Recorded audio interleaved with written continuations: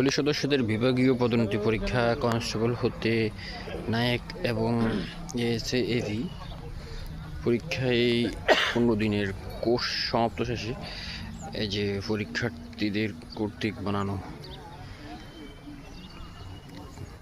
সেই তাঁবু এবং বিভিন্ন স্থাপনার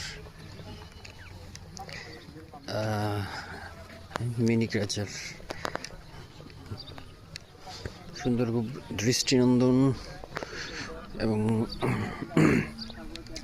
আকর্ষণীয় হয়েছে। আমি আসলে খুব কমই দেখেছি, খুব কম ক্যাম্পেইনে দেখেছি এত সুন্দর সমুদ্র। যে একটা পুকুর পর্যন্ত বানানো হয়েছে, এটা হচ্ছে অস্থায়ী পুকুর।